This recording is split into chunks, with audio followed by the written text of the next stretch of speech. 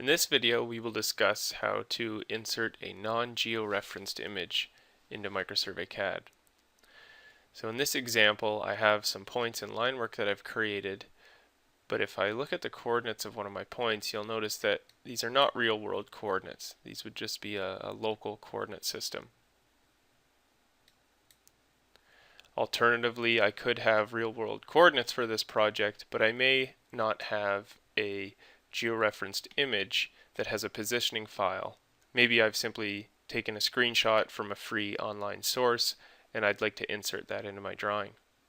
In either case, this method would be used. I'll go to the Insert menu and choose Attach Image. I'll browse to the image and choose Open.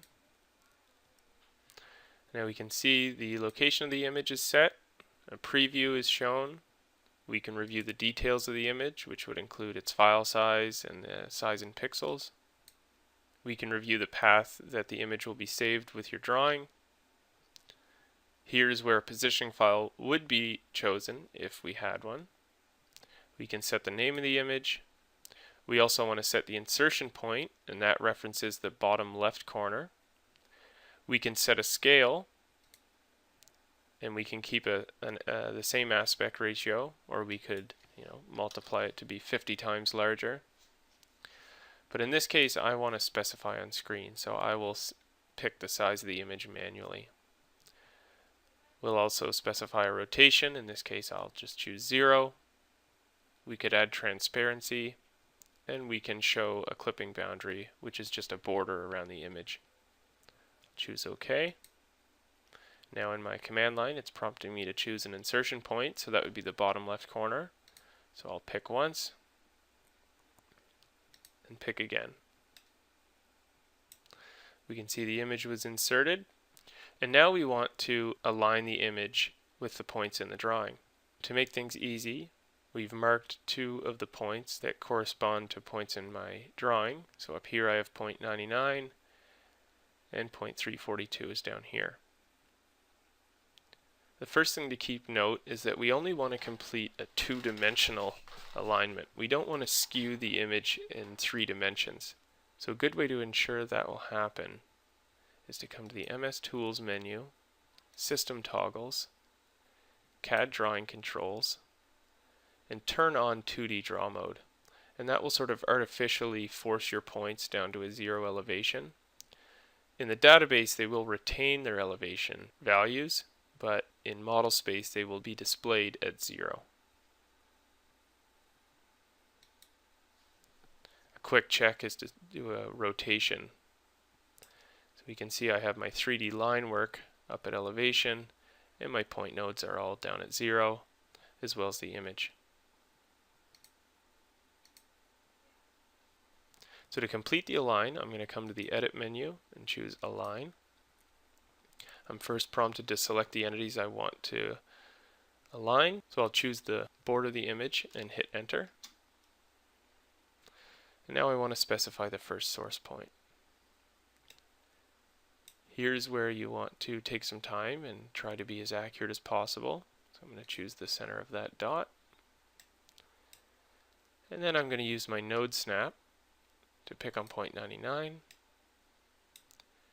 My second source point will be point 342 down here.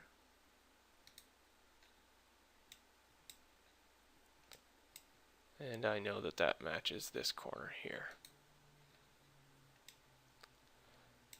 And now we're prompted to do a third source point, but it's not mandatory. We would only use this option if we did want to complete a 3D rotation in space, so essentially give the image some slope. But in our example, we just want to do a 2D rotate. So I'm going to hit Enter to skip that. And now we're asked if we want to scale the object, which we do because we know that we basically arbitrarily set the size of the image when we inserted it. I just picked 2 points. So we do want to scale it down to fit. I'm going to type Y for yes and hit Enter. Now we can see that the image was shifted and rotated. But I need to force it to the back because it's clearly covering up all of my entities.